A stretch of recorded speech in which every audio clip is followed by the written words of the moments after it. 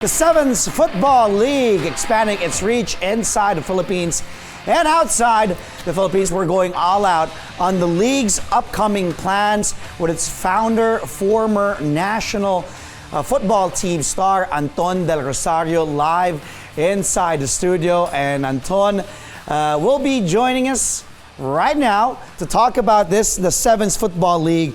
I'm excited to talk about this with Anton, and here he is inside the studio joining us right now.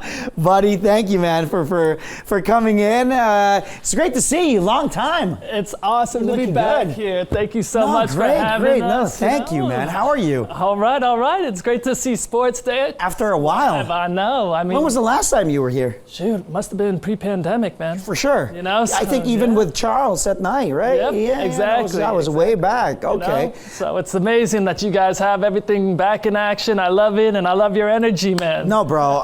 You know what? I just want to get this out of the way and ask you. I've been meaning to ask you this. It's not 7's related. It's about you related. How do you stay the same? You look the same. Like the first time I saw you, maybe the hair changed, but with the Philippine Ascals until now, like decade ago, years ago, when you guys were playing with Phil, James, Shraki, and those guys, Chiefy, you still look the same, Anton. What's your secret, man? When you stop playing is when you get old, baby, you know? So you got to keep on playing. Nah, man. That's the part of being Filipino. There you go. Yeah. No, that I admit. Like, we Filipinos, like Asians in general, we look young. Yep. But let's talk about it. So welcome back to the Philippines. When did you come in? When did you get in? I got in about a week ago. Okay. Yep. And how is it? How's it been so far? Busy? It's been great. Yeah, very busy, you know, with the league going on. We had our women's nationals last weekend, and it was amazing. 6 cities participating. That's crazy. Yeah, and then I heard. Yeah. Okay, let's talk about, we're going to talk about that as well during the weekend. But before we talk about that, let's talk about your upcoming events. So 7's or 7-a-side football first.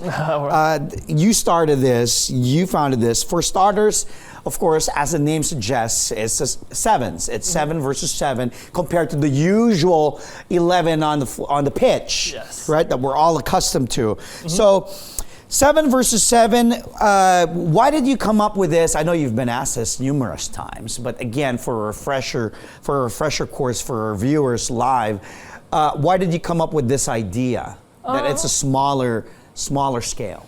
You know, it goes all the way back from growing up, right? Growing up, we would participate in tournaments on the weekends. It'd be 7 versus 7, and those would be pickup football. Yes, they'd be the events that we'd be looking forward to. You know, the Alaska Cup did it very well back in our day, and when I took some time off of football, playing professionally back in 2017, I was playing 7-a-side pickup with people like Nico Balzico, Dan Matsunaga, you know, old Ascal guys. Yeah.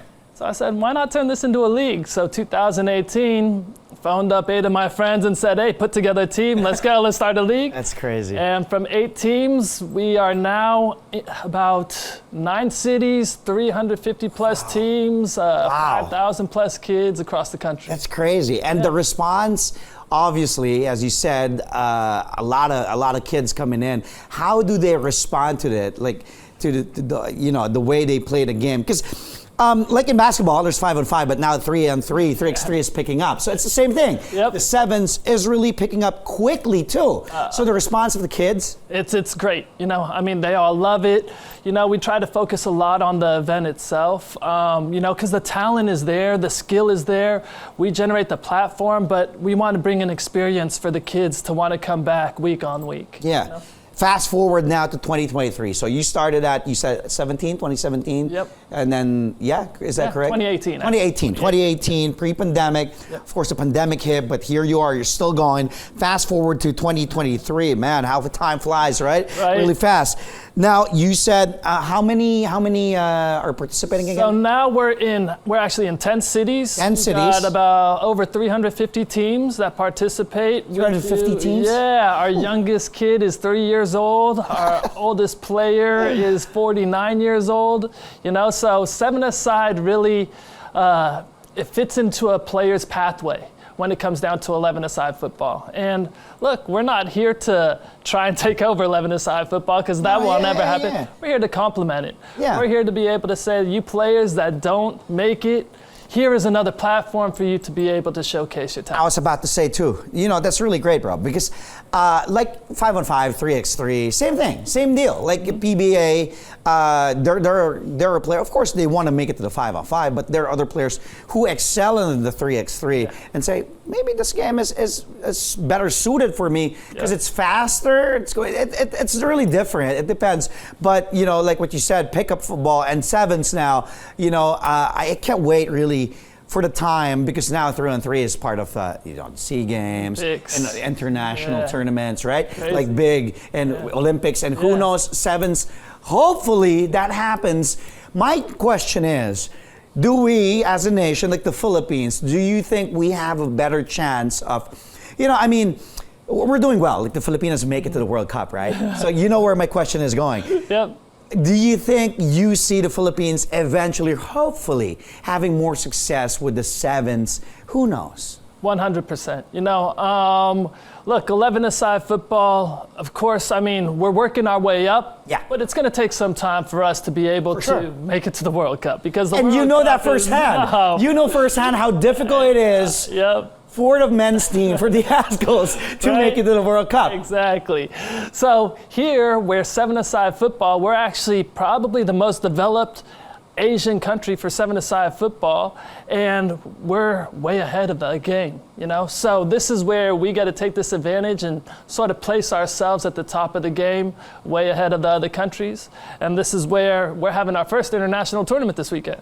So you mentioned 10 cities. Can I get the cities again? So we've got Cebu. Well, I'll start with, Luzon first. We got Batangas, Pampanga, Muntinlupa, BGC, and then Cavite. Right? And then we go Cebu, we go Iloilo, we go Bacolod, we go Palawan, we go Davao. Wow. And you started just here in Taguig, right? Yep. Just from Taguig. Yeah. What are the challenges, Anton, that you were facing, or you face, or are still facing currently in developing the 7's football here in the Philippines and in Asia? Well, the obvious thing is the support, when it comes down to it, basketball is number one, right? So that's where a lot of the eyes go. But this is where my job comes into play, and why I'm looking to develop into the outside cities is because people don't really realize that football is massive in the country. Yeah. It is massive, and it goes on everywhere. So what I really want to do is be able to have us speak as one voice. Gather us all, set up our tournaments and events, create platforms for the kids to play, and use that, and now we speak as one, and that's where football needs to be. That's awesome. That's crazy because, to piggyback on what you're saying, the Philippines is a basketball crazy country, but, football, in my opinion, give these kids a football and teach them how it is. They enjoy it. They have fun. I've seen it literally and personally. Hand them a football and then let them just pretend there's a goal on either side. They enjoy playing it as well. Hey, they love it, and people don't realize, mini football is really how people get started, right? Correct. They'll start with 3-on-3. Hey, you want to play? Hey, you want to play? And then they start on a small field. This is where, 11-a-side is always going to be the premium, but everybody starts on a smaller scale. Yeah. Well, in 2019, the league also received a Best in Sports Youth Development Program. I remember that was pre-pandemic. That was before the pandemic hit, to be honest. How special is that for you, as for someone, who entered football, the world of football at a very young age, and then now you get to give it back. You get to share, and you're not stopping. You're really seeing this thing that you built grow right before your eyes when you yourself experienced starting at a young age. It's great. It's amazing. I thank God for putting me on this path, right?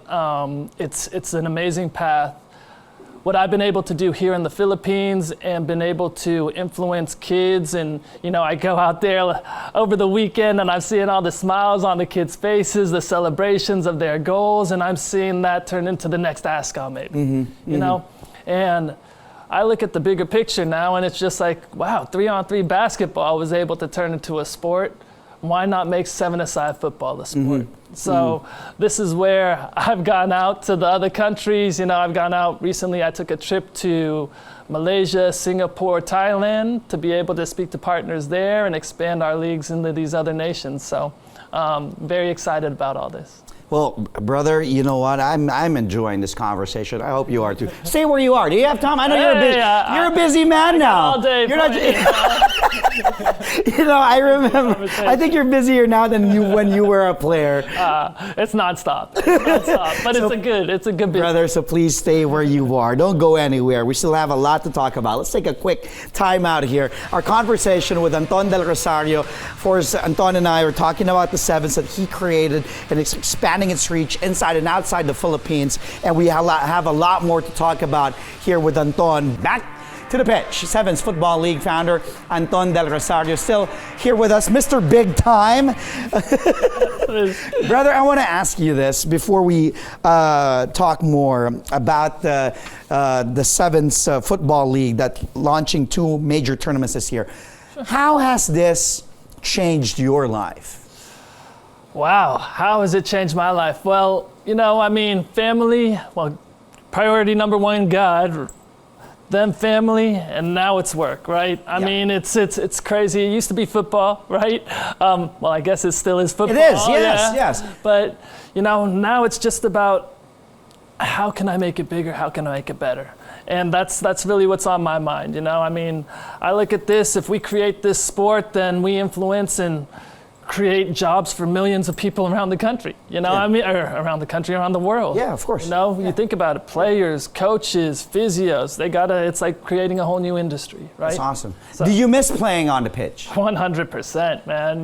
That's why every time I come back to the Philippines, first thing I do is get on the field, So did you get to play already I've been training with Maharlika every morning. Okay. So trying to get my old legs back in shape, And how is it? How are you? Oh, man. Is Father Time beating us, or are you beating Father Time? I want to step down and I want to start stretching, man. No, but you know what, Don, if there's one thing, you said you missed a game, but if there's one thing that you truly miss about representing the country, like playing for the ASCOs, what would it be? Oh, I guess being with everybody, those guys, every relationships. time, every time we stepped on the field with all of these guys, it was just like welcoming another brother. Yeah, sharing these times. It's it's not like a normal team. Yeah. And I had this talk earlier with the 7's Philippines team, right? I was telling the guys, look, this is not just an ordinary team. You guys are representing so much more. You guys are here battling on the field for one another, but you guys are representing a country. So they got to get into that headspace, that mentality, and that's the type of stuff I miss. Going back to the 7's Football League, will be launching 2 major tournaments this year, one local and the other one in the U.S. I'm excited for this, quite frankly. Tell me more about it. Let's start with the one in Taguig in April. Okay, so this coming weekend, we got our first international tour, right? So, look, in creating a sport, 7-a-side, a lot of people think FIFA just owns football across the board. Yeah. FIFA only owns 11-a-side football, futsal, and beach soccer. Correct. So anybody could come in and create that organization. I'm very much focused on creating the AFC for 7-a-side football, which is why I've reached out to different nations to be able to be part of this organization. So during the pandemic, I reached out to the top league in Japan for 7-a-side, the top one in India, and the top one in Brunei. And I said, look, you guys got great leagues going on. Take your best players, have them represent your country. We're going to fly them out here. So together with BPIAIA, we've been able to say, guys, we're booking your tickets and you guys are on a plane. We're taking care of your flights, accommodations, and we're going to compete to see who the best is. And that's April 21 to 23. And that's April 21 to 23. And then the one in the U.S.? The one in the U.S., that's a crazy one. Huge. Oh, yeah. Yes. So There's a group, Chris Paul and them, they started a tournament, a basketball tournament called the TBT. Correct. $1 million winner-take-all tournament. About 4 months ago, they announced a soccer one called the TST. Wow. And this is following 7-a-side format. Right? Woo. So it's going to be 7v7, $1 million winner-take-all. When they announced that, I phoned them up. I said, I need a ticket to be able to play. So they gave us a ticket. We're 1 out of 32 teams. And I was able to reach out to players who I had played with, played against for other countries. And we're all looking to go fly over to the States this coming end of May to go participate June 1 to 4 in North Carolina. We're playing. Well, I got Shraki and Roland Mueller from the Philippines. I got ex-captain of Malaysia, Safi Salih. Wow. I got ex-Thai player Charles Chapwi. I got the captain of Guam, Jason Cunliffe. I got a couple Indonesian players. So it's going to be exciting. You know, it's pretty much like an Asia Dream Team that we're going out there to represent. And to take home the $1 million. That's what's up, you know? Brother, thank you again for being here. Last question. What are your next plans after those big competitions coming up? And what's your long-term goal now for 7's Football League? You did mention that quite earlier, but like future plans for Anton del Rosario with the 7's? Well, next plans, I mean, we are looking to execute in the States. I got that kicking off in September. We'll be kicking off in 8 different states, which will be fun. Yes. We're going to be following the same formats that we do here. Also in the other countries, Indonesia, Thailand, Malaysia, Singapore, all these players who will be coming to play with us in Far East United will also be my partners in those countries, and we will be kicking off then, right? But I mean, the big goal, you know, if we want to create a sport, we want to have the World Cup. And we're looking to piggyback the World Cup in the U.S. in 2026. So you could expect a World Cup happening then for 7-a-side football. That's awesome. Just listening to this, I'm excited. If you need my help with anything, let me know. If you need just someone to carry your bags, let me know too. Thank you again, brother. Always a pleasure talking to you. I love it, man. Thank you. Thank you. Again, you got to tell me your secret. Looking young as ever, never change how you look. Again, we just spoke to Anton del Rosario, former national football team star and founder of the 7's Football League. Thanks again.